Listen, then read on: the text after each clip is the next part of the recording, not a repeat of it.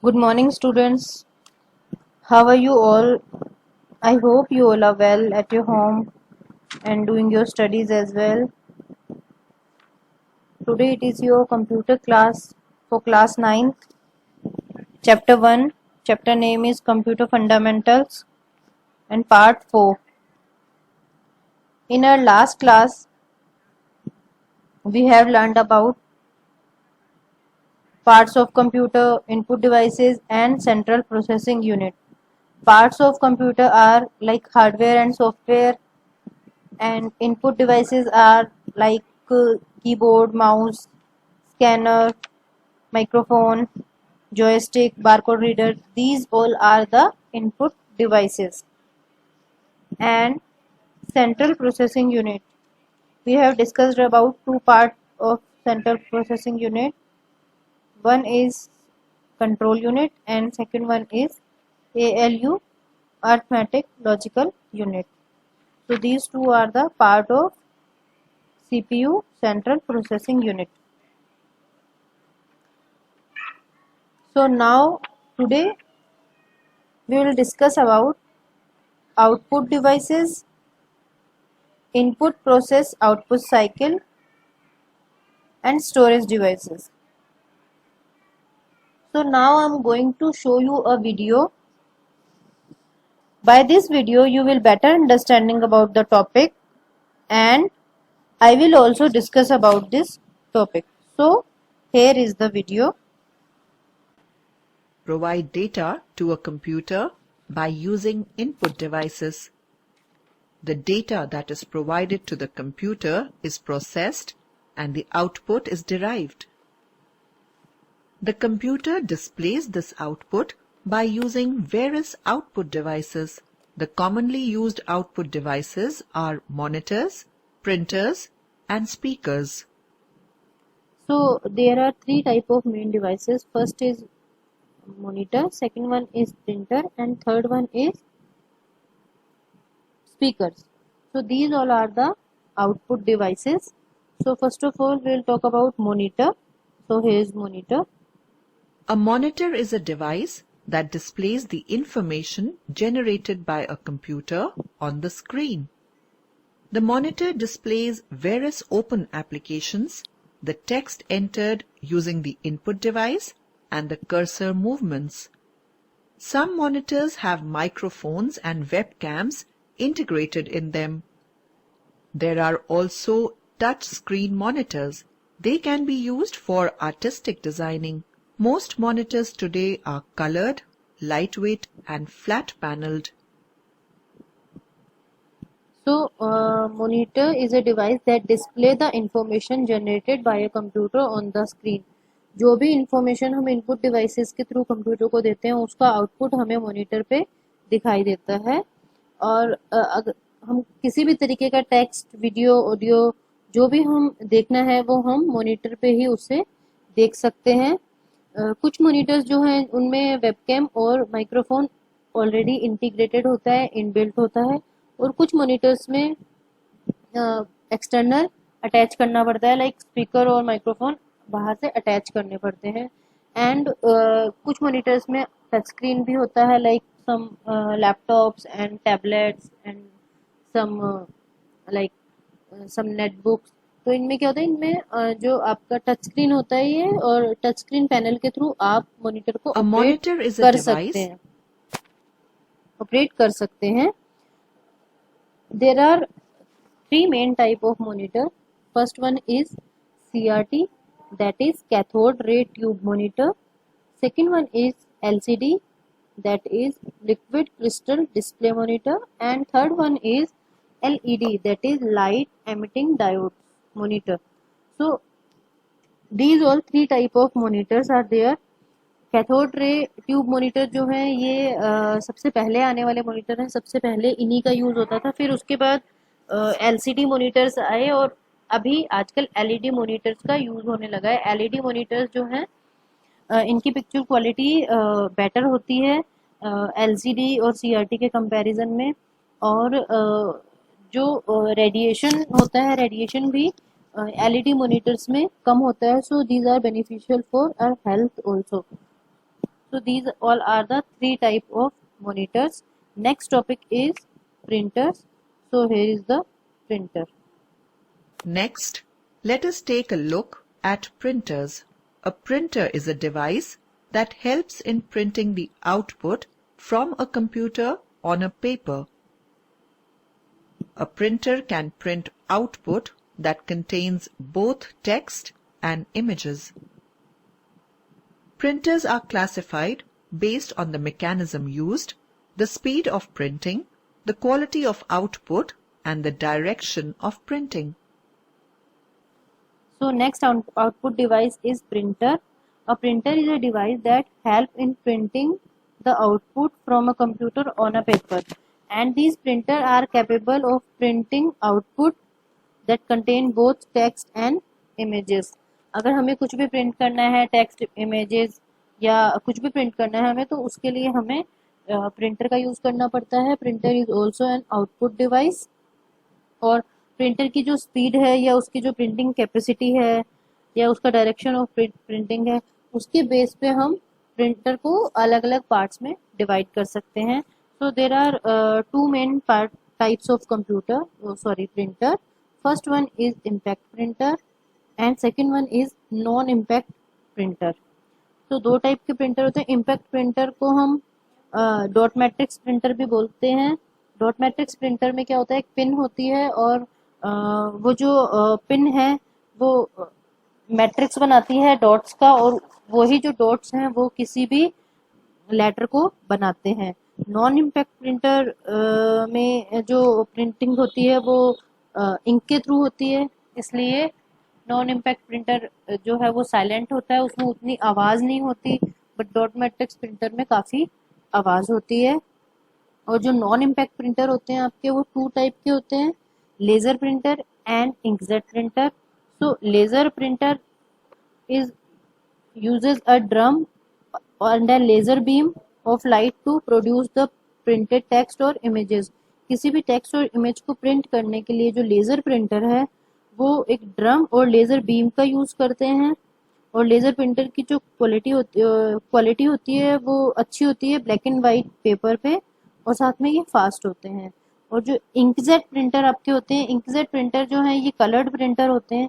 इसमें कार्ट्रेज लगती है मैजेंटा, येलो और एंड केऑन कलर की, और साथ में हम इसमें ब्लैक कलर की कार्ट्रेज भी यूज करते हैं to print black and white output. और जो आपके इंकजेट प्रिंटर होते हैं वो थोड़ी स्लो होते हैं प्रिंट करने में. वो अगर आपका जो इंकजेट प्रिंटर है वो 1 मिनट में 5 पेजेस प्रिंट करते हैं, तो आपके जो लेजर प्रिंटर है वो 1 मिनट में 10 पेजेस को प्रिंट कर सकते हैं. It means the speed of laser printer is fast than inkjet printer. So now our next device is speaker. So here is speaker. A speaker is another output device. Speakers allow you to hear music, voice, and other audio. A small internal speaker is built in most personal computers and mobile devices. Inbuilt speakers generally emit a low-pitched sound or volume. To amplify this sound, users may attach external speakers to the computers. These speakers are attached with a computer by audio input and audio output cables. So next output device is speaker, and speaker is used to hear music, voice and other sounds. Most computer and mobile devices come with a built-in internal speaker. कुछ devices ऐसी होती हैं जिनमें built-in speakers होते हैं, like जैसे laptop होता है, लैपटॉप में built-in speaker लगे हुए होते हैं, या कंप्यूटर्स में भी लगे हुए होते हैं. और अगर built-in speakers नहीं होते हैं तो हम speakers को एक्सटर्नल स्पीकर भी कनेक्ट कर सकते हैं. और जनरली जो बिल्ट इन स्पीकर्स होते हैं जो कंप्यूटर के साथ लगे हुए होते हैं उनका साउंड स्लो होता है. तो अगर हमें साउंड ज़्यादा चाहिए तो हम एक्सटर्नल स्पीकर्स को भी अपनी डिवाइस के साथ कनेक्ट कर सकते हैं. जो हमारे स्पीकर्स होते हैं उनको अटैच करने के लिए हम audio input and output cables का यूज कर सकते हैं. So next topic is input output process cycle. After going through the various output devices, let's now understand how the input process output cycle exists around us in many forms. Have you ever noticed a water filter? It takes untreated water as input, performs the process of filtration, and gives us the clean drinking water as output. So here we can see in this picture, this is untreated water. तो untreated water को अगर किसी भी filter में डाला जाता है तो फिल्टर जो है वो उसको फिल्टर करता है और उसके बाद में हमें एक क्लीन वाटर जो है वो मिल जाता है. तो this is the process of like input process and then output. और इसी बीच में क्या हो रहा है, यहाँ पे स्टोरेज हो रहा है वाटर का. तो दिस इज व्हाट स्टोरेज. तो सेम ऐसे ही कंप्यूटर में वर्क होता है.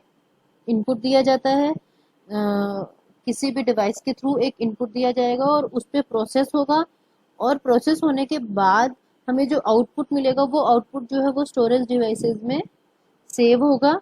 और like this is a good example of input process and output process. Some water filters even have small storage tanks to store the clean water for future use.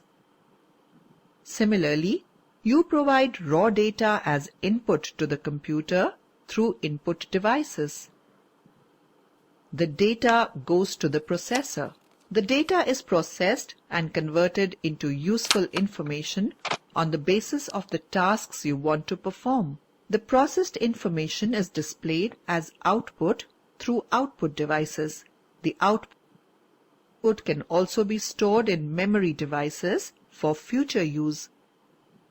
This entire cycle is the input process output or IPO cycle in a computer.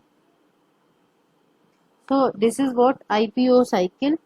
इसमें data होता है जो हम रो data input देते हैं. Input से फिर input के बाद में प्रोसेस होता है और प्रोसेस के बाद में हमें इंफॉर्मेशन के रूप में आउटपुट प्रोवाइड किया जाता है. और अगर हम अपने डेटा को सेव करना चाहें तो हम उसे स्टोरेज डिवाइस में सेव भी कर सकते हैं. So this is what this is input out process and output process. Today we use our computers to store music, movies, pictures and other files. Do you wonder where all of these files, instructions and information are stored in a computer? The storage of information in computers is handled by memory devices. Memory devices include a set of electronic components that store instructions, data and information. The instructions stored in the memory need to be executed by the processor. These instructions need data to process and derive a result.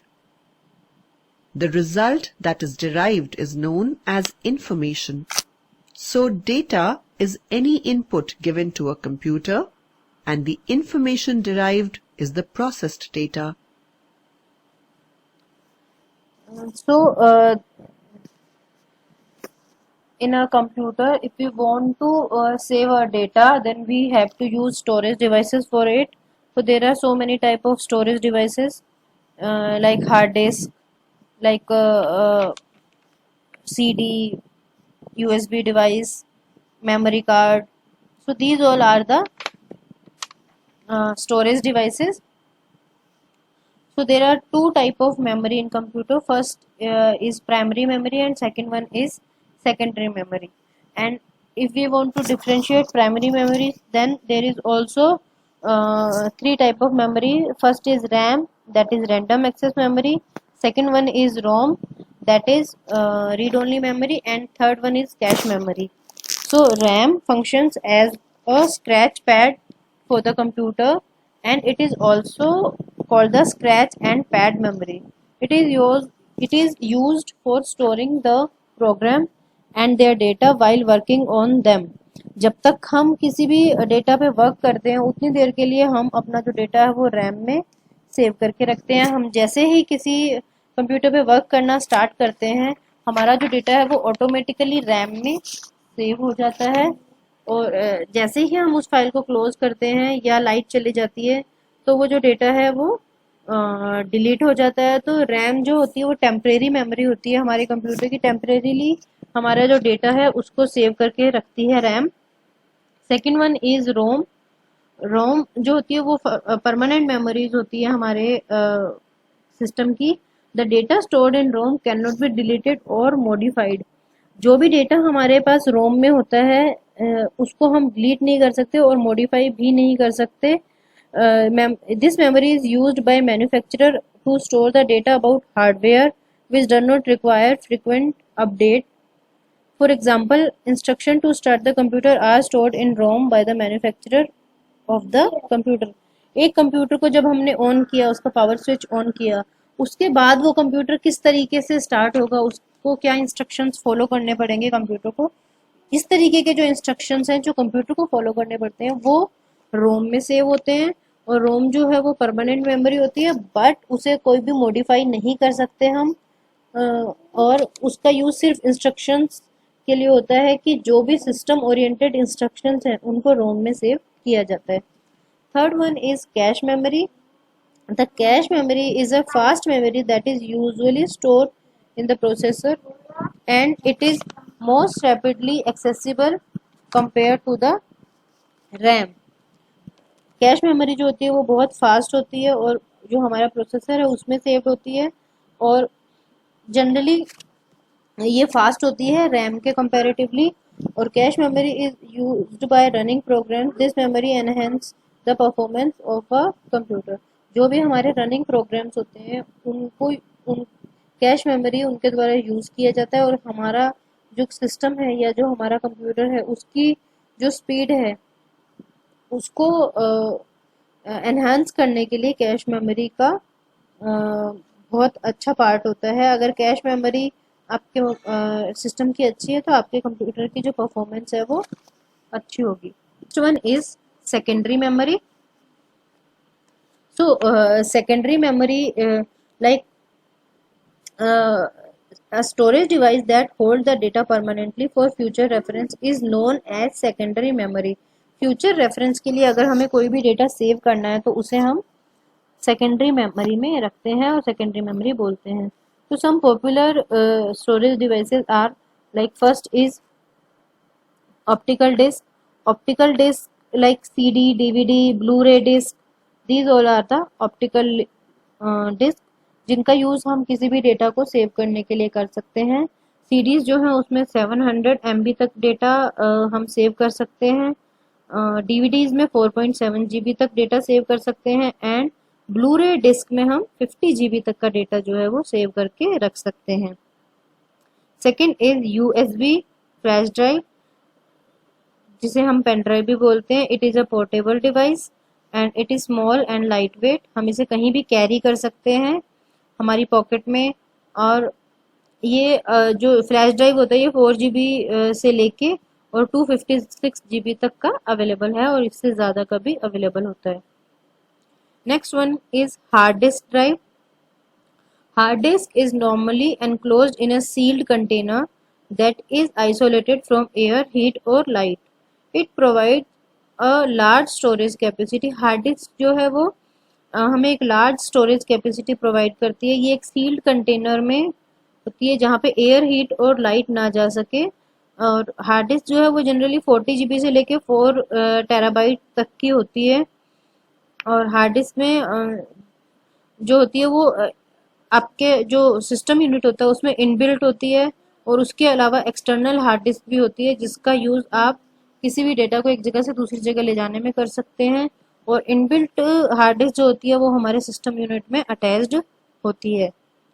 Next one is memory card और memory stick. It is small rectangular card that is resemble a chip. The portable flash memory card was originally developed by Sony. सबसे पहले जो flash memory card था वो सोनी ने develop किया था। ये एक छोटी सी चिप होती है जिसे हम अपने सिस्टम में या अपने लैपटॉप में लगा के यूज़ कर सकते हैं। ये जनरली 256 GB तक का डेटा या इससे ज़्यादा डेटा अपने अंदर स्टोर करके रख सकती है। So the next topic is factors affecting the speed of a computer. हमारे कंप्यूटर की स्पीड को कौन कौन से फैक्टर अफेक्ट करते हैं। So first of all the amount of RAM. हमारे सिस्टम में जो हमारी रैम है वो कितनी है और कितनी रैम ऑक्यूपाइड हो चुकी है, ये डिपेंड करता है हमारे सिस्टम की स्पीड को बढ़ाने में। अगर हमारे पास रैम है और वो रैम पूरी की पूरी ऑक्यूपाइड है तो ऑब्वियसली हमारा जो सिस्टम है उसकी स्पीड जो है वो स्लो हो जाएगी। Second is the speed of processor. Secondly हमारे जो प्रोसेसर है उसकी जो स्पीड है वो भी इस पर डिपेंड करती है कि हमारे कंप्यूटर की स्पीड कितनी होगी। सच एज अगर i3 से लेके इंटेल कोर i9 अगर हमारे कंप्यूटर में है तो उसकी स्पीड अच्छी होगी, बट अगर कोई बहुत पुराना बहुत धीरे चलने वाला प्रोसेसर हमारे सिस्टम में है तो ऑब्वियसली वो हमारे सिस्टम की स्पीड को अफेक्ट करेगा, तो हमें उसे अपग्रेड कर लेना चाहिए i3 टू i9 प्रोसेसर में। सो these are the reason which affect our computer speed. Next reason is the amount of cache memory. Cache memory जो है वो अगर कोई एक ऐसा सॉफ्टवेयर है जिसको लार्ज अमाउंट ऑफ मेमोरी चाहिए टू परफॉर्म इट्स ऑपरेशन, तो वो हमारे कंप्यूटर के जो स्पीड है उसको स्लो कर देगा। अगर हमारे कंप्यूटर की जो कैश मेमोरी है वो अच्छी है तो वो हमारे कंप्यूटर पे इफेक्ट नहीं कर पाएगा, हमारे कंप्यूटर की जो स्पीड है वो एज इट इज रहेगी। So these all are the factors which affect our computer speed. And now it is your assessment type, so your assessment is here.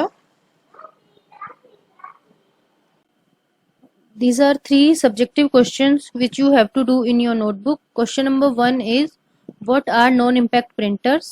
Name the main type of non-impact printers. Non impact printers के बारे में बताना है यहाँ पे, और जो main non impact printers होते हैं उनके नेम लिखने हैं यहाँ पे। What type of computers are used in the field of banking and finance? Banking and finance में जो कंप्यूटर्स यूज होते हैं वो आपको बताने हैं यहाँ पे। And discuss the factors that affect the speed of computer. Computer की स्पीड को कौन कौन से फैक्टर्स अफेक्ट करते हैं उनके बारे में यहाँ पे लिखना है। So now your chapter 1 is completed and you have to learn this chapter for your upcoming exams.